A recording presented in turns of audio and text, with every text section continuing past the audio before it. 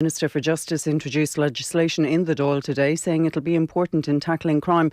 Minister Simon Harris said criminals should not be protected. It's important there are safeguards. It's absolutely important there are. It's important that people's privacy is protected. It's important that people's personal data is protected. But at the same time, we need to and we must make sure that there's no ability for people, criminals in particular, to hide behind that. This bill will deliver on two important commitments in the programme for government. And finally, Samsung say they've used their most advanced mobile technology to date as they launch a new range of smartphones and laptops. Head of Product Management at Samsung Ireland, Quintin Doran O'Reilly, says they're responding to customers' demands. We know what our customers crave, and that's more storage, groundbreaking camera tech, great battery life, superb displays, and best-in-class performance. And the new Galaxy S23 series delivers on all of that with our most advanced mobile technology to date. And that's your news for now. News Talk weather. Thanks to Ryanair. Best birthday present ever. Give a Ryanair gift card. Cool and blustery tonight with clear spells and scattered showers, turning heavy in some places. Windy at times with highs of 3 to 7 degrees. Now you're up to date on News Talk. Your chance to win big. News Talk's cash machine. We had another missed call today. That means we have a rollover, of course. If you've entered since 5 p.m. on Tuesday, you're still in to win, but you must know the new amount, which is €31,374.90. That's €31,374.90. Text play to 57557. That's 57557. Get your entry in by 3 p.m. tomorrow afternoon. Then across the Go Loud network of stations, Barry Dunn will make a call. If your phone rings, answer it within 5 rings. Tell him the exact amount in euro and cent, and you will win the cash. Remember that amount, €31,374.90. It's over 18s only. Text costs €2.50 plus your standard message rate to play. You are playing across the Go Loud network of stations, and terms and conditions are newstalk.com. Football on Off the Ball. With Sky. The Premier League is back. Watch every live game for the rest of the season on Sky Sports, BT Sport and Premier Sports. I'm prepared to do anything I can to play for my country again. Do it then. What about your start to the game? It wasn't bad, was it? Why should an honest answer be a mistake? How can a modern day manager not have a mobile phone? Why should he? It is the football show here. It's Mick McCarthy with you tonight, and joined by Gavin Cooney of the 42. Gav, how are you? Good, Mick. Thanks very much. Gav, this isn't the first time we've been on air together. No, it's been a while. The day, a long time ago now, we were two of three people on a GA podcast. On the So-Called Weaker podcast. Which I swear to God, to this day, I think is the best achievement of whoever it was to go up with that. Well, I leaned heavily on my long for GA contacts for a week, and then they were like, "Okay, figure out the rest of the episodes yourselves, boys." It was great trying around, to focus on the so-called weaker counties, you know, and it was great around obviously the league, and then the GA brought in the Tailteann Cup, so maybe we were on to something. Exactly, yeah, we were focusing where nobody else was at the time, and now everybody's all over that sort of stuff. But our halcyon days over in balls.ie, but we're here now, and we've lots of football to talk about. We're going to get to, I didn't want to make, we were talking about this earlier, you don't want to make it like it's like, transfer deadline. It's such an overplayed thing. We talked about it last night, but it was like the maddest transfer window of all time. Yeah, no, it was definitely January. Chelsea, I mean, in the pie chart of madness, I think Chelsea had most of it, you know, and a little bit on Guardiola letting Cancelo leave. I was kind of amazed by that. Otherwise, there was just, I think some clubs were defined by how much sense has broken out. Manchester United, all of a sudden, look very, very well run. It's amazing how quick our perceptions of these. How these clubs are run, how those perceptions change. Liverpool were a model of how to follow 6 months ago, and United were a shambles. Yeah. And all of a sudden, United get their United basically get the management appointment right to clear Ronaldo out, and everything is all of a sudden everything's hunky-dory. They're playing well on the pitch, so therefore everybody decides that Weghorst is a really smart signing, whereas the exact same guy could have signed for them under Solskjaer or Rangnick, and it would have been, what are they doing? They're signing this donkey. He doesn't know what he's doing. It's like, and I remain unconvinced about Weghorst, but you're so right about it just being a total perception game, you know. But Yeah, I still think more happened than normal, and we've just become almost professionally underwhelmed by it all. Well, so it's like I think it was busy and weird, and there was a lot of strange. The Hakim Ziyech thing at PSG, exactly, I mean, he ended up doing a kind of a Saido Berahino. That's one for the deadline day ultras. But on a higher level, like he ended up in Paris trying to force this move through to PSG, and it didn't happen because, well, PSG say that Chelsea submitted the wrong paperwork. Submitted paperwork that wasn't signed or didn't have any information on it, is actually if it's at that level of incompetence, that's it. It's like they couldn't sort out their fax machines. But I mean, that I have to say would fit with the caricature I have of Todd Bowley. Who's actually running Chelsea? Do you think Todd's actually doing it all himself? He's just stressed out. There's all these new signings coming into his office. Which one are you again? Yeah, I feel like, and again, I could be totally wrong again, this perception. I don't think Todd Bowley doesn't strike me as a paperwork guy. He's more he's more on the Trump side of things. He's signing the checks and he's throwing the money. He's art of the deal. Sorry, how much do you want for Fernandes? 120. Okay. I'm going to offer you 80. 120. The art of the deal. We'll wait till deadline day and then I'll give you 120. Matt Doherty is the most interesting from an Irish perspective, probably the most surprising as well. We talked about it a good bit with Dan last night. Since then, I suppose what we didn't know then was that it's not indeed a loan move, it's a 6-month permanent move, because speaking of incompetence at these insanely rich and well-sourced football clubs, Spurs didn't know the new rules, seemingly, that they weren't allowed to loan out more than 8 players at a time and just terminate his contract. With a year and a half to go, it wasn't like they were just some people sign for a 6-month loan in January when they're out of contract and they say goodbye to the club. I remember Conor Horan doing it at Villa. It's like, this is it now, I'm gone. Doherty has a year and a half of his contract and they're just go on. It was quite jarring to see it last night. It was a very abrupt end to his Spurs career. And when you see, a contract cancelled by mutual consent, you think it's usually a poor reflection on the player. In this instance, I think it's definitely more of a case of poor reflection on the state of Spurs in capital letters.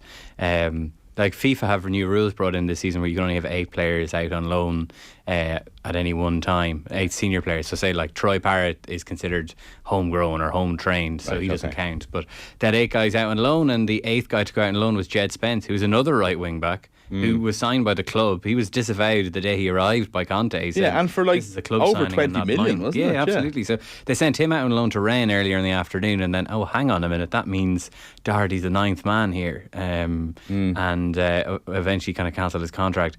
I think 3 of those 8 players are fullbacks out on loan. One of them, Reguilon, is already at Atletico Madrid. God, I forgot a bit of a mess. But Fabio Paratici, who's the Spurs sporting director, I feel he might have been a bit distracted the last couple of weeks. He's obviously been given a 15-month ban a 30-month ban from Italian football by the prosecutor as part of that investigation into alleged dodgy accounting at Juve, and he's waiting to see if that'll be upheld for global football and take him out of the Spurs job as well. But meanwhile, Conte's gone for, I don't know, I seen today it could be up to 8 weeks. But I didn't know. But no, he had gallbladder surgery. Yeah. And so they didn't give a time frame. It could be, I would imagine, a month, I would say, but apparently he's recovering from surgery. He won't be there for a while. Okay, that's more serious, because I only ever see these things refracted through football. So I could tell you, if Antonio Conte twanged the hamstring, I could tell you how long he'd be out for.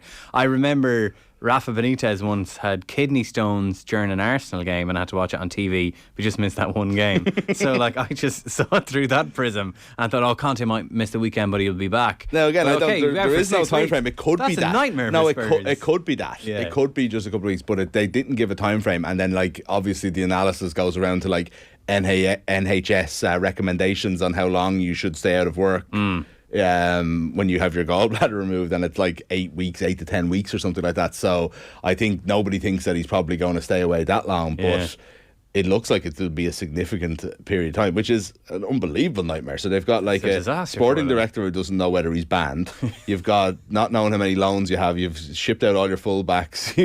It's like your team is in free fall anyway, more or less. And the manager's unwell, and they're playing Man City next week. Oh my God! Or this week. Spurs! What a nightmare. So a lot is it Christian Stellini? Is that the assistant? Yeah. A lot is going to fall down on him, and I'm interested to see the tension between like not being able to work will drive Conte mad. So I'm sure he'll be mad to get back, but at the same time, it's Tottenham. Maybe I mean he's never given a convincing impression that he wants to be there. So maybe I'm interested to see the tension between his natural inclination to get back to work and then his realization that he would be going back to work at Tottenham. And this could be something that's like he's on the way out anyway, and he's just way out of Spurs. Yes, it's way out of Spurs. How serious these gallbladders are, Mick. Oh my God, that took a dark turn there. Apologies. What about Doherty then? Like, I mean, it's definitely not a guarantee. Arthur was in the news round and was very down on the idea that this was going to work out. I think he's denying that now. He's denying that now. There's a romantic in me that thinks he's going to go off and set La Liga alight for this kind of glamorous club that might not be on Tottenham's level at the moment in world football, but certainly would be a bigger name. And we have the renaissance of Matt Doherty. It's definitely not straightforward that's going to happen, though. No. Such an interesting move and such a cool move, and like Doherty gets to work under Simeone, which will be an interesting. He's kind of doing a tour of the darker souls of football now. He's gone from Mourinho to Conte to Simeone. Like, I mean, yeah. There's only Eddie Howe left of these, dark soul managers. Where does Nuno fit into that? Twice. Nuno's too. I don't think Nuno's a dark soul at all. I think he's quite placid, dull soul. Well, it's super interesting for Doherty, and it's a great experience in living and working in Madrid. He's going to find it hard, I think, to play many matches. That is the concern, isn't it? Because he's such an important player for Ireland. So Stephen Kenny will want him playing, if not regularly, at least playing more often than he might have played at Spurs. Yeah. And it's actually hard. That's no guarantee, I don't think, because Atletico are out of the Cup, they're out of Europe.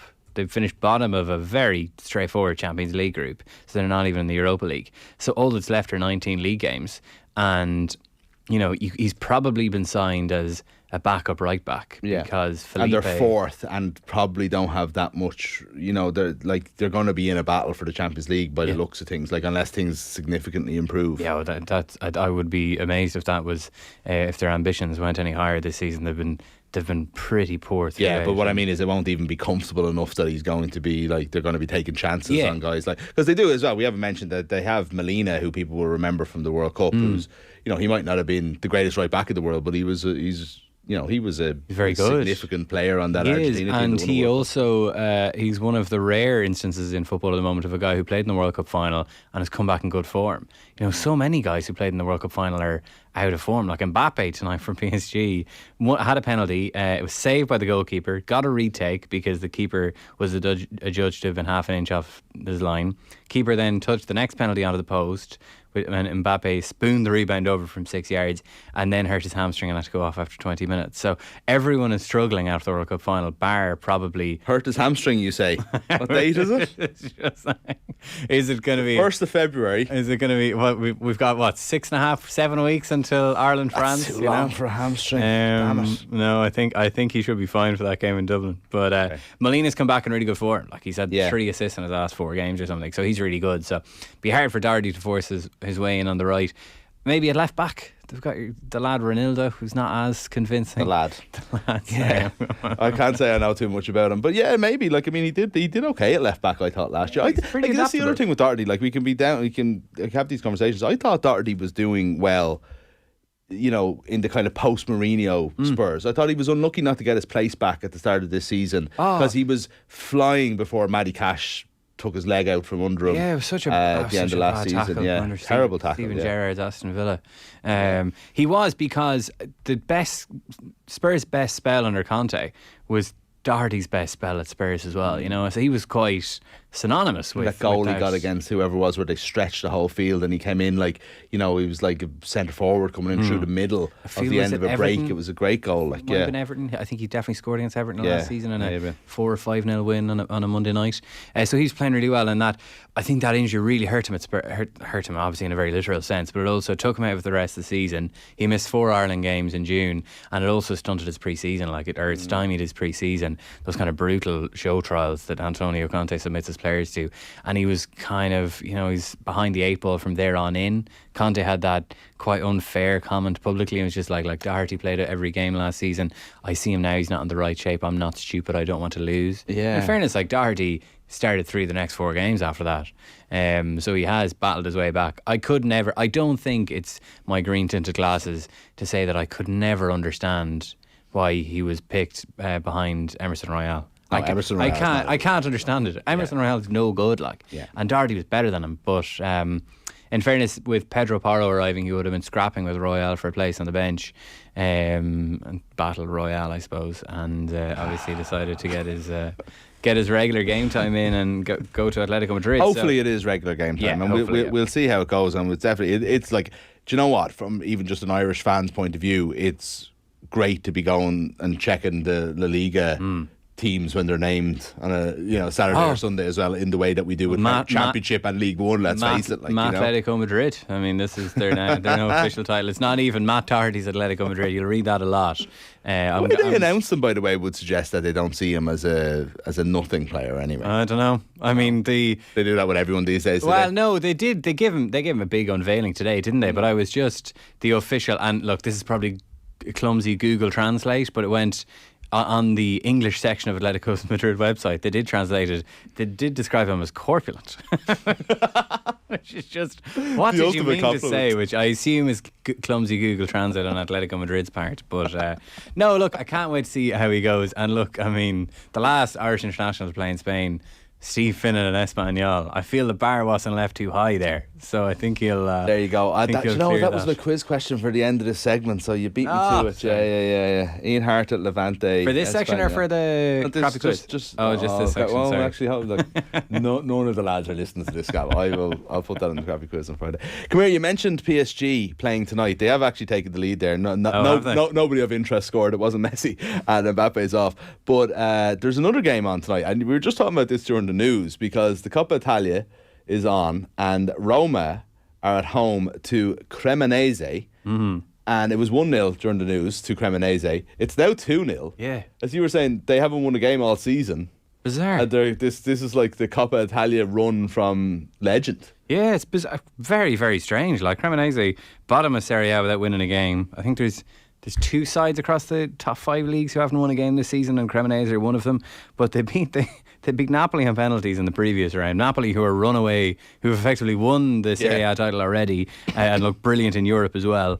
And now they're 2-0 up away from home in the Roma. Stadio Olimpico. And I'm just looking at the Roma team here. He's rotated quite a bit, but not entirely. That team should still be good enough to win, to beat Cremonese. And then at half time, Mourinho brought on his superstars. Well, I say superstars, Dybala and Chris Smalling. But I'm amazed by that, yeah. Yeah, well, first choice anyway. So there you go, yeah. So there's a story brewing in Italian football. The fact that we're going to Cremonese might reinforce the point that it's 0-0 at Old Trafford and United are 3-0 up. I probably should have mentioned that by now, yeah. I haven't even looked up at it, to be honest. It's just it's very much 0-0 at Old Trafford. As we wait to see whether Sancho comes on, I suppose that's probably the thing to watch for tonight, to see whether he makes his comeback. But Cancelo to Bayern, Gab, this is the thing you wanted to talk about. It's actually the thing I wanted to talk about, because we talked about Matt Doherty's thing coming out of nowhere. Like, João Cancelo, we kind of knew he was on the outs with Pep, and Pep made the comments, and we knew they were about Cancelo and kind of Foden.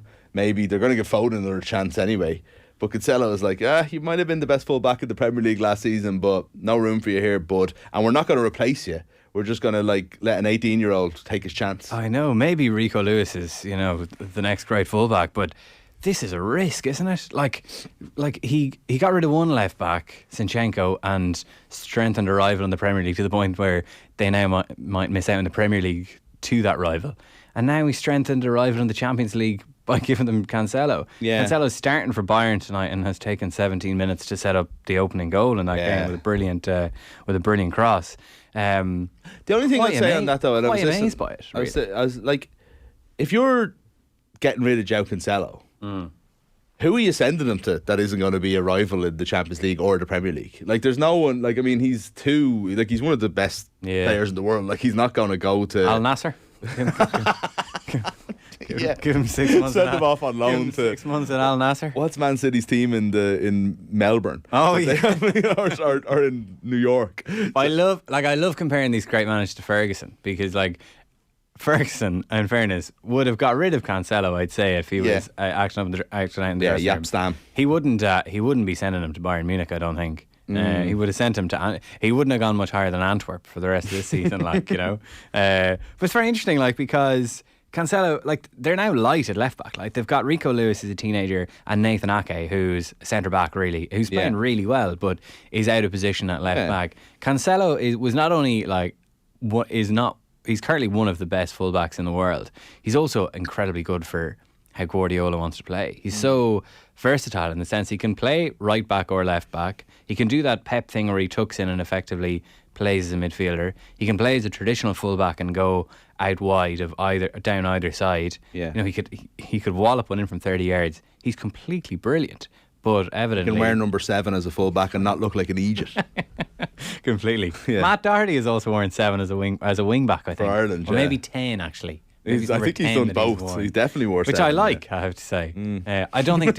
I think Diego Simeone might agree with you now, I have to say. But so yeah, amazed by this Cancelo thing. So obviously, Guardiola has prized squad harmony above having Cancelo available to him, which is counterintuitive.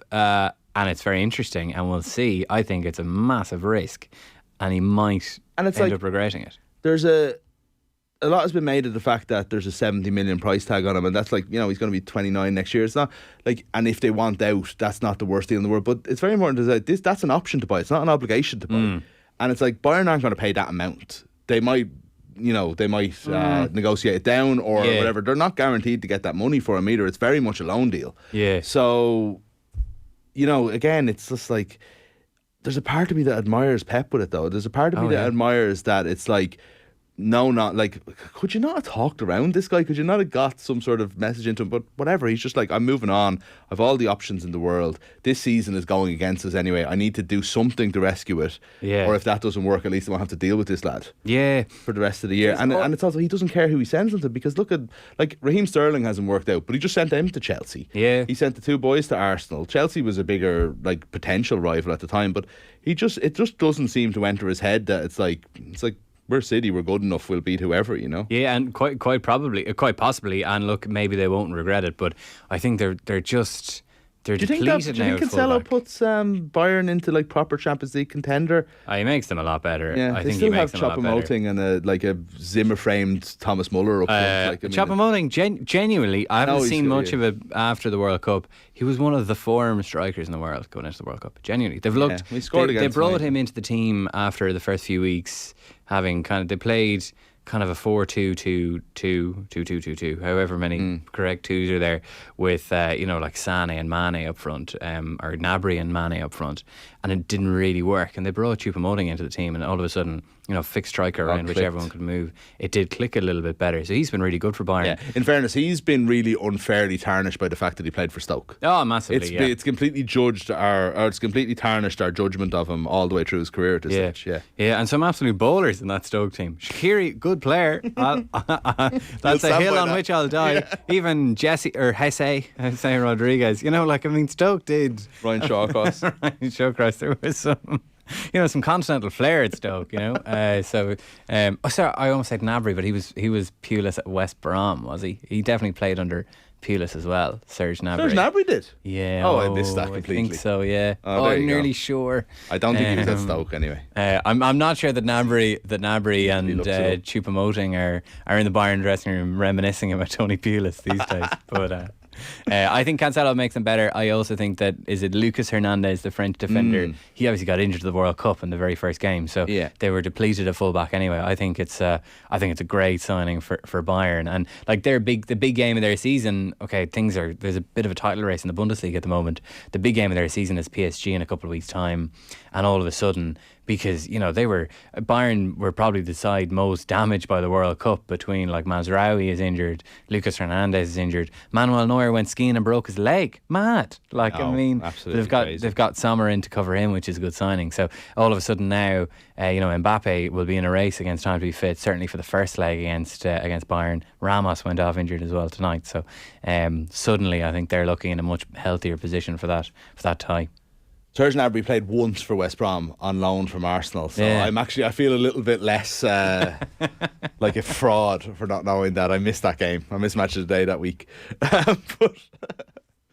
Well, according to Wikipedia anyway, he could have played 100 games for all I know. So that's Cancelo to Bayern. Mad stuff. Like, sorry, just lastly on it, right? Do you think City, like you're saying, you're surprised by it and kind of a bit blown away by it? Do you think it's brave, but there's a part of me that thinks that's exactly what you should do if you're resourced in the way City are. Like, I don't think Liverpool could do that because, who are you going to replace? You're going to have to drop money for it next year. And it's just like you might not get a player like that. If City can kind of have anyone they want in a way, I don't know. It's just doing it mid-season. No, I know. It's almost like taking a risk. Strengthening direct rivals. Like, I mean, the chat in the last couple of weeks has been, did he make a big error in strengthening Arsenal? He also did kind of Victor Frankenstein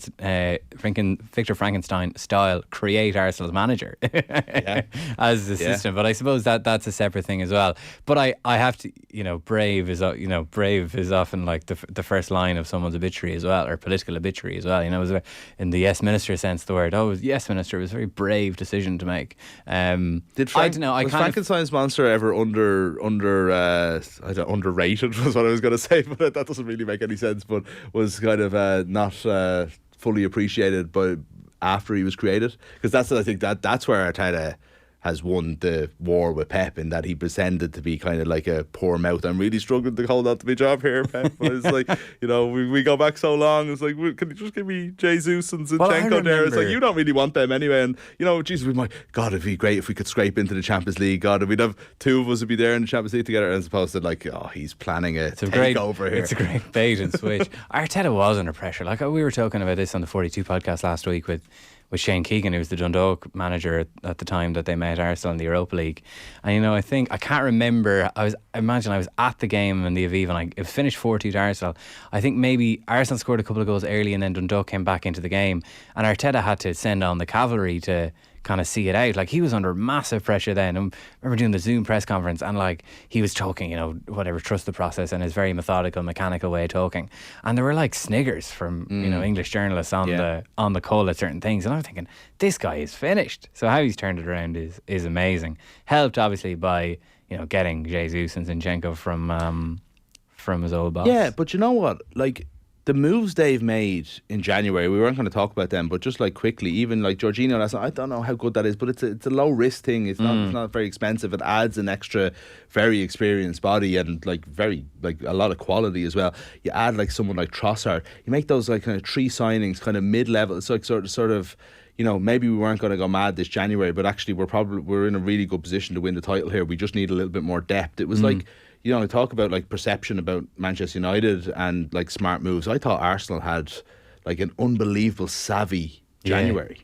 The disappointment obviously for them was missing out on Mudryk. Yeah, sure, I know. Yeah, but that's crazy. Kind of almost against their. There's nothing they could really do about that. But Todd Bowley saw their transfer list and then obviously was going to. Oh, sorry, that's a goal for Manchester United. Anthony Martial. Obviously Todd Bowley saw their transfer list and was just like, well, that's mine now. But no, like I think it's pretty good. The Jorginho one done really quick, as well. Jorginho, nobody's seen coming as well. Like, that's always such a good sign as well, that they're not like the Jorginho one. He's presumably there to provide cover for Partey, because like, if Arsenal can the player Arsenal can least afford to get injured this season, I think is Partey. I think he's vital for them. So good that they got some cover in. He could probably play with Partey if Xhaka wasn't there. He probably could. He probably could. It's a different setup, but I think they could. Jorginho's a lot less athletic than Partey. I think Partey could push up a bit as well. Though, I think he's been the outstanding player in that sixth position, and he's been so important for Arsenal this season. He missed the only game they've lost this season was at Old Trafford. Partey missed that game, and they were United side through Arsenal on the counter attack right through the middle of the field on a couple of occasions. So he would be a big miss. So Jorginho's an interesting one. He's a lot less athletic, obviously, than Partey. So in my head, I'm kind of struggling to see how he would replace him very easily. But Jorginho went to Chelsea after a significant interest from City when Arteta was at City. So obviously, he was involved in scouting him pretty extensively, so he knows what he's buying there. Okay, as mentioned, United got 1-0 up. Martial scoring, Rashford in for not the first time in the second half actually, and it was a block shot that rebounded towards Martial to put it away. So it's 1-0 to United on the night, 4-0 in aggregate.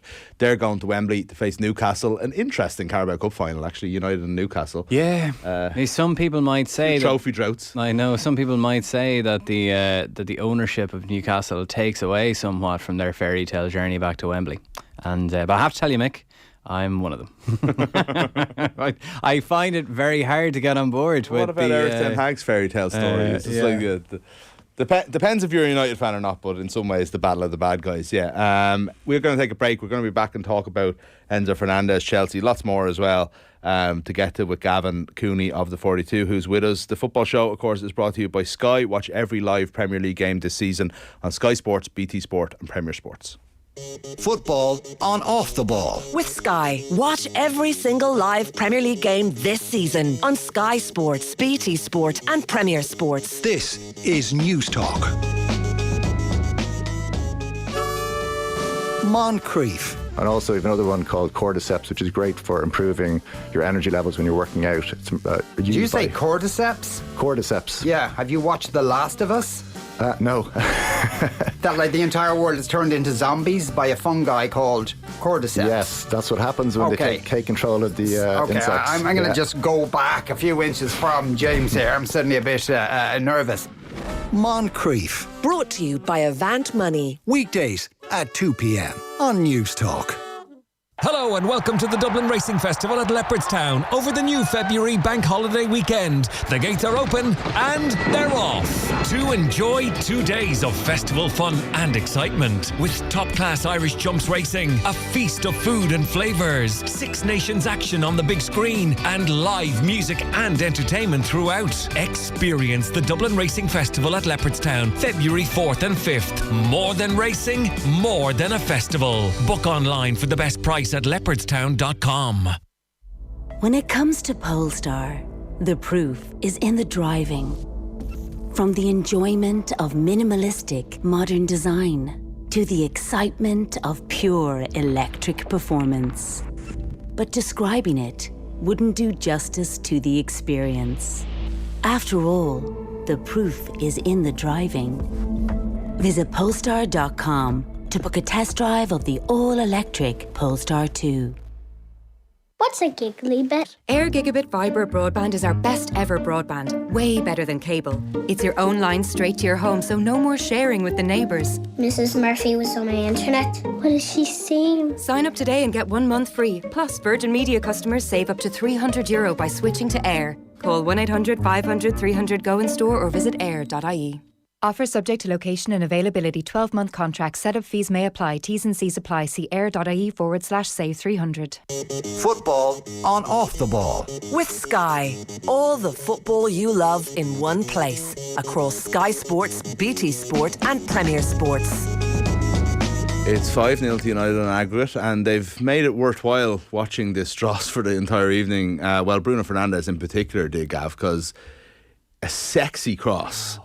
Outside of the boot, crossfield to the byline for I think Rashford, who then just passed it across the goal First to Fred. Touch cross, half a yard out, managed to bundle the ball over the line.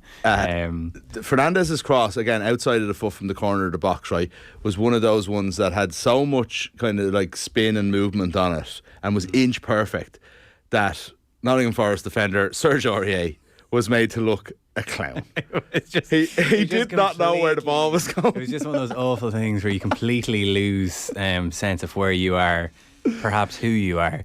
And this outrageous pass dropping out of the sky. Look, maybe he was blinded by the floodlights or something, but gorgeous. Cancelo style, I have to say, outside of the cross beautiful. from Aurier didn't know whether to Absolutely go forwards, back, or whether to jump and stop, and ended up just sort of stumbling along, like without getting his feet off the ground at all. It was his ultimate worth choice out. of action, not effective.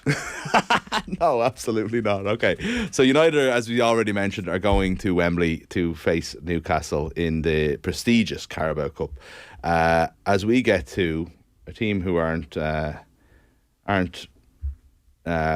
they've won that cup a few times, I suppose is what I was going to say there. I was looking for my notes there, Gav, I'll be honest with you. Chelsea signed a ridiculous amount of players, and the latest being Enzo Fernandez, 106.8 British pounds, which is a British record, obviously surpassing the 100 million paid for Jack Grealish, 120 million obviously in euros, which was Benfica's release clause that they held out for until the very, very last minute.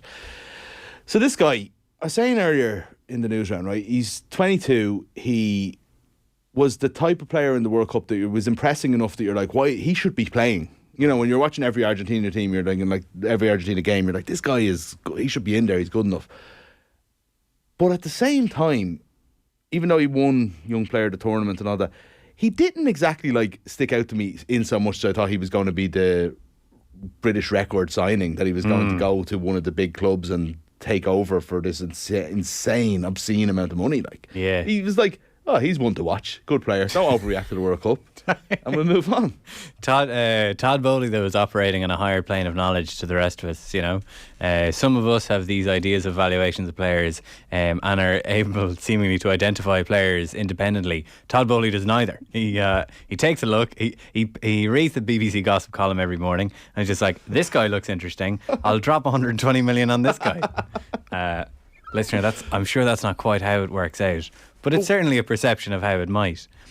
Fernandez, look, I saw him at the World Cup. I thought he was great. Yeah, he was. He's got a bit of everything. He could be brilliant. Like, he's got a bit of everything to his game. Like, he'd try and, like, what kind of midfielder is he? Just because he's kind of small, I thought maybe he's like Xavi, which is completely wrong with me. But he can do everything, you know. So he could be absolutely brilliant. Yeah. But I'd love to know what Chelsea fans think of this. Like, I'd love if Chelsea fans could text in. Phone in, Chelsea fans. We're here all night. we'll get Jason Cundy on for you. But it was just like, you take. Are they excited or are they a little bit nervous? Because like what they're doing is so is it reckless? Maybe that's too far. It's such a gamble. Yeah. Like Fernandez has been signed to this contract till 2031. You know, Mudryk is signed an 8.5-year deal, and the whole thing is this allows us to write off the transfer fee across those years, so we'll sneak it in under FFP rules. Yeah, fine. But what if it doesn't work out? I mean, in 8 years' time, you could still technically. It might not happen, given players move on, and there's always ways, you know, arrangements are come to. But technically, they could end up paying these guys until they're 2031, even if they're doing nothing, you know? And this is the club of Winston Bogart, you know. This is the cautionary tale of all I was actually going to say Seth Johnson, but you found the Chelsea example. This is the cautionary tale of stuff. So it's such a massive risk. They obviously think it's worthwhile. The spending is nuts. Chelsea have spent more in this window than the other 4 big leagues in Europe combined. Yeah, it's crazy, and it doesn't seem to be stopping anytime soon. So maybe it'll work out, but I think it's a massive risk. And it's the Graham Potter now. I know he called this a very difficult job, and then, you know, people will counter, well, look at all the money you're being given and all the players you're being given, but it is so difficult. Like, yeah, I kind of agree with you there. Pep got rid of Cancelo for dressing room harmony, whereas every day that Potter goes to work, there's another international standard footballer being stockpiled at his feet. Figure that out, Graham. Like, he's going to have to leave international standard players out of his Premier League squad. Like, not matchday squad, like registered squad with the league. Same with the Champions League. Like, how are you meant to run that dressing room? I have absolutely no idea. No, I think it's a very fair thing. Like, I mean, it is that thing where you don't weep for the super rich and their privilege and everything like that, but like, it doesn't make their problems any less, you know. It's like Potter has I think as impossible a job as he had when, you know, all their players were injured and they needed to make these signings. I mean, they don't look like they're I'd be surprised if they got into the Champions League. Like on paper, you're thinking like, wow, like a team with Mudryk one side, Sterling on the other side, Felix up front, Fernandes in midfield. You're thinking that could be amazing, but these things can take. I'm even wondering like how much football thought has gone into these in terms of like the team. It feels like they've bought a load of individuals. Now maybe you could be simplistic and just like it looks mad, so therefore it is mad, and we're not seeing the big picture. But how much was Potter involved in this? And it's like, it does feel like they're asset collecting a little bit. But it's all. I mean, they're already moving on from stuff that they've done in the summer. Like Aubameyang was signed, and then presumably because he worked with Tuchel, then they sacked Tuchel a few days later. I know. And now they've got Felix, and it's just like, well, he can play instead of Aubameyang. Like we don't need him, so that wouldn't tell you much for the long-term strategic vision of Todd Bowley. And the other thing, like, I don't get any of it. I could be completely wrong. I don't understand what he's doing, like, and what the investors are doing. Because this is like, so they bought the club, they've pledged, what was it, $4.5 billion between buying the club and a certain level of investment after they bought it from Abramovich.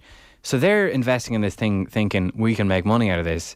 At the same time, Liverpool's investors are pulling out. Man United's owners are pulling out. They evidently see... Yeah, two bigger clubs are for sale. Yeah. And it's like, if they want to flip Chelsea... And that's not an expression of like existential, I'm going to, pick up croquet instead. They're thinking, we're not going to make any more money out of this. Yeah, you can also do it without dropping €400 million in a transfer window. Yeah. Like, again, what is the end game here? Because how are they... Like, what's that? Is that to keep...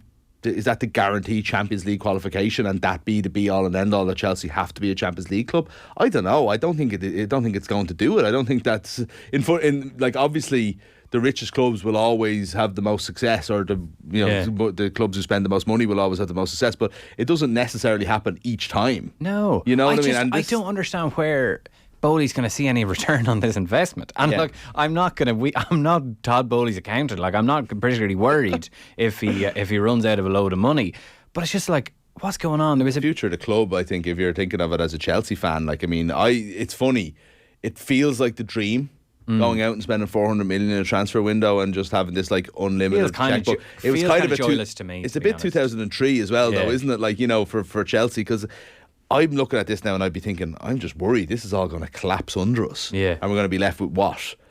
Leeds. Yeah. By times 1,000, like. Like all these guys on massive contracts, like how, like if things don't work out, if Chelsea, for example, don't get into the Champions League in 5 years' time, which, that could happen given how fiercely competitive it is to get in there. And they've got Mudryk and Enzo Fernandez with 3.5-4 years left in their contract. They'll want Champions League football, but like how are you going to get any money back for them? Yeah. And then you're caught between, well, we either kind of sell them for a cut price now, or else we continue paying these wages for 4 years. Yeah. Like, it's such a risk. And there was a piece, because I've always been kind of interested in like what is this man's deal? I don't understand what his deal is like. And there was a piece in the Financial Times last year about him, and like a backgrounder to him, and they were basically saying like this is a good investment. He effectively sees this as a media and technology investment. So this is like, you own your own intellectual property and your own rights, and you can sell it. But you don't really, because the Premier League, the clubs in England don't do what Barcelona and Madrid do, and sell their own TV rights to their own matches. Yeah. They sell it collectively. So maybe Bowley is like, well, a future will come where Amazon Prime or Netflix will want to buy all the Chelsea games and we'll make loads of money out of that.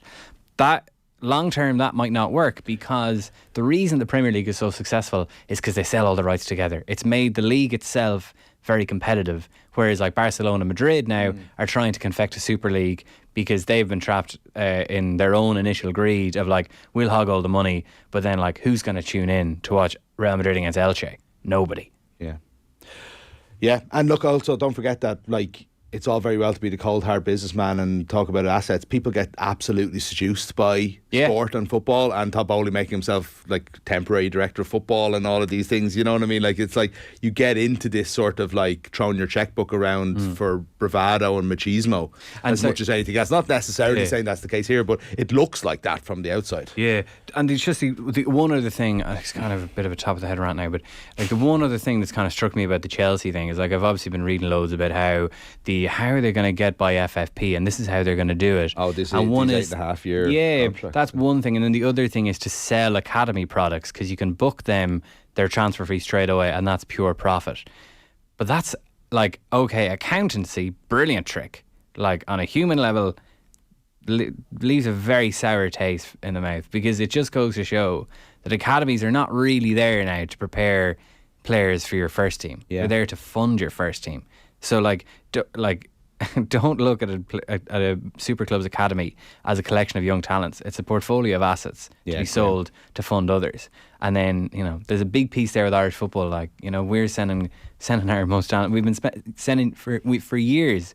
We've been sending our young talents at 16 to these places. Yeah. So obviously we're now forced to keep them till 18. It is an imperative that Irish football continues to fund itself to the point where that route is no longer necessary at all, even at 18. Yeah. But that's a long way away. No, well put though. But even in the meantime, when it's not, you want people like Evan Ferguson making smart decisions on where they go to, like Brighton. We were talking about this last night. Brighton over Liverpool was such a smart choice in so many different ways, but also, you know, an academy that's for an academy's sake rather than, as you're saying, I think Liverpool is probably a more in between. Yeah. You know, they're probably the best of the big teams in terms of trying it, but at the same time, making smart decisions like that is what we want. Speaking of Liverpool, and we haven't spoken about Liverpool at all, really. Well, no one was speaking about them on deadline day. Yeah. We've got about 5 minutes here, and we won't get to Everton. We'll have to talk about formerly Frank Lampard's Everton next week.